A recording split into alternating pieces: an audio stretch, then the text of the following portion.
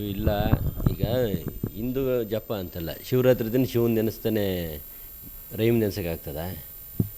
ಶಿವನ ನೆನೆಸಿದ್ದಾರೆ, ಸರಿ ಇದೆ.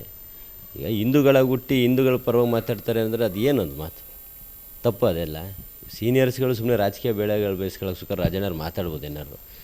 ನಾನು ಹೈಕಮಾಂಡ್ ಮನವಿ ಮಾಡ್ತೀನಿ, ಫಸ್ಟು ರಾಜಣ್ಣ ಬಾಯಿ ಮುಚ್ಚಿಸ್ಬೇಕು. ಯಾಕಪ್ಪ ಅಂದರೆ ನಮ್ಮ ಸರ್ಕಾರಕ್ಕೂ ಆಮೇಲೆ ನಮ್ಮ ಪಕ್ಷಕ್ಕೂ ಮುಜುಗರ ಆಗ್ತದೆ. ಏನು ಯಾರ ಅವಶ್ಯಕತೆ ಇಲ್ಲ ಪಕ್ಷಕ್ಕೆ. ರಾಜಣ್ಣ ಮೇಲೆ ಕ್ರಮ ತಗೊಳ್ಳೇಬೇಕು ಅಂತ ನಾನು ಒತ್ತಾಯ ಮಾಡ್ತೀನಿ ಹೈಕಮಾಂಡ್ಗೆ.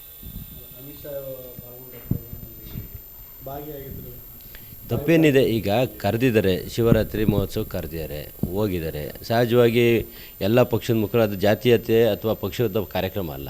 BJP ಪಕ್ಷದ ಕಾರ್ಯಕ್ರಮದಾಗ ಹೋದರೆ ತಪ್ಪು. ಇದು ಒಂದು ರಾಷ್ಟ್ರೀಯ ಹಬ್ಬ, ಎಲ್ಲರೂ ಶಿವರಾತ್ರಿ ಹಿಂದೂಗಳ ಹಬ್ಬ. ಅದೇ ರೀತಿ BJPಯಿಂದ ಅವ್ರನ್ನ ಕರೆದಿದ್ದಾರೆ, ಕಾಂಗ್ರೆಸ್ಸಿಂದ ನಮ್ಮ ಲೀಡ್ರ್ ಕರೆದಿದ್ದಾರೆ, ಹೋಗಿದ್ದಾರೆ. ತಪ್ಪೇನಿದೆ? ನಾನು ಕರೆದು ನಾನು ಹೋಗ್ತೀನಿ, ನಾನೇನು ಹೋಗಲ್ಲ ಅಂತೀನಿ. ಅದ್ರಾಗೇನಿಲ್ಲ. ನಾವೇನು ಹಿಂದೂಗಳಲ್ವಾ? ಹಿಂದೂಗಳು ಶಿವರಾತ್ರಿ ಮಾಡ್ದೇ ಯಾರು ಮಾಡ್ತಾರೆ? ಕ್ರೈಸ್ತರು ಮಾಡ್ತಾರೆ. ನಾವು ಮಾಡಿದ್ದೀವಿ, ತಪ್ಪೇನಿಲ್ಲ.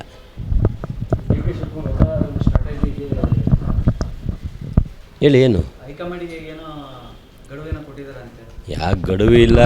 ಡಿಸೆಂಬರ್ ಒಳಗೆ ಬರೆದಿಟ್ಕೊಳ್ರಿ, ರಕ್ತದಲ್ಲಿ ಬೇಕಾದ್ರೆ ಬರ್ಕೊಡ್ತೀನಿ, ಮುಖ್ಯಮಂತ್ರಿ ಆಗ್ತಾರೆ. ಇದಂತೂ ಡಿಸೆಂಬರ್ ಒಳಗೆ ಆಗ್ತಾರೆ, ರಕ್ತದಲ್ಲಿ ಬರ್ಕೊಡ್ತೀನಿ, ಆಗ್ತಾರೆ, ಬರೆದಿಟ್ಕೊಳ್ರಿ ಅಷ್ಟೇ. ನೀವೇ ಗಪ್ ಚುಪ್ಪ ಆಗ್ಬಿಟ್ರಲ್ಲ.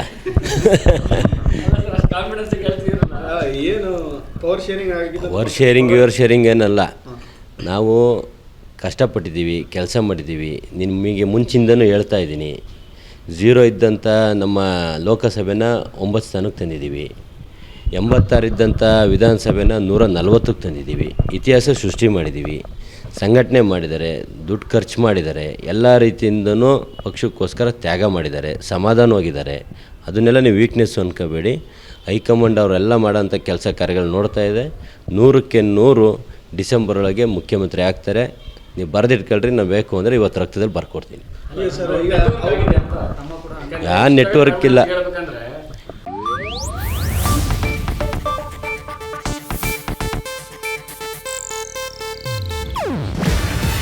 ಇದು ಏಷ್ಯಾನೆಟ್ ನ್ಯೂಸ್ ನೆಟ್ವರ್ಕ್ ಪ್ರಸ್ತುತಿ.